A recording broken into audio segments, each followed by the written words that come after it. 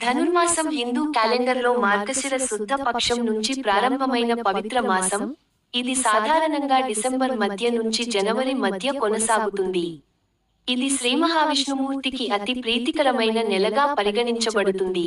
ఈ మాసంలో దేవతలు ప్రత్యేకంగా మేల్కొంటారని, బ్రహ్మముహూర్తంలో పూజలు చేస్తే దైవానుగ్రహం సులభంగా లభిస్తుందని ప్రతీతి.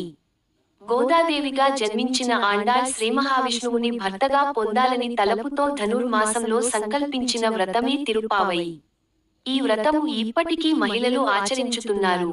ధనుర్మాసం మొదటి రోజుగా ఈ వ్రతం ఆరంభించి ఒక్కొక్క రోజు ఒక్కొక్క పాసురం చొప్పున 30 రోజులు గానం చేసి, భోగి రోజున ఆండాళ్ శ్రీరంగనాథుల కళ్యాణము జరిపించడంతో ఈ వ్రతం ముగుస్తుంది.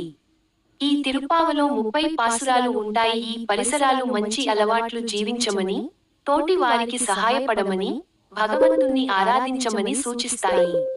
తిరుప్పావై పాసురం: ఓంగి యులగళంద ఉత్తమన్ పేర్పాడి, నాంగల్ నంబావైకు అచ్చాటి నీరాడినాల్, తీంగన్రి నాడెల్లాం తింగల్ ముమ్మారి పేయు, ఓంగు పెరుం పెరుగు పేర్పొరుల్వా, యైన షెన్నెల్ ఊడు కయలుగల పూంగువళై, போதில் பொறிவண்ணு கண்படுப்ப தேங்காதே, புக்கிருந்து ஷீர் அத்தமுலை பட்டி வாங்கக்குடம், நிறைக்கும் வள்ளல் பெரும்பசுக்கள் నీంగాదా, శెల్వం నిరైందేలో రెంబావాయి.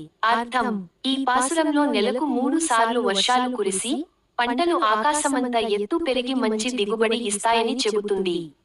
ధాన్యపు పొలాల మధ్య నీటిలో చేపలు ఉల్లాసంగా ఆడుకోవడం, ఆ నీటిలో వికసించిన కమలాల్లో తేనెటీగలు మత్తులో విరామం తీసుకోవడం వంటి దృశ్యాలతో సమృద్ధిని చిత్రిస్తుంది.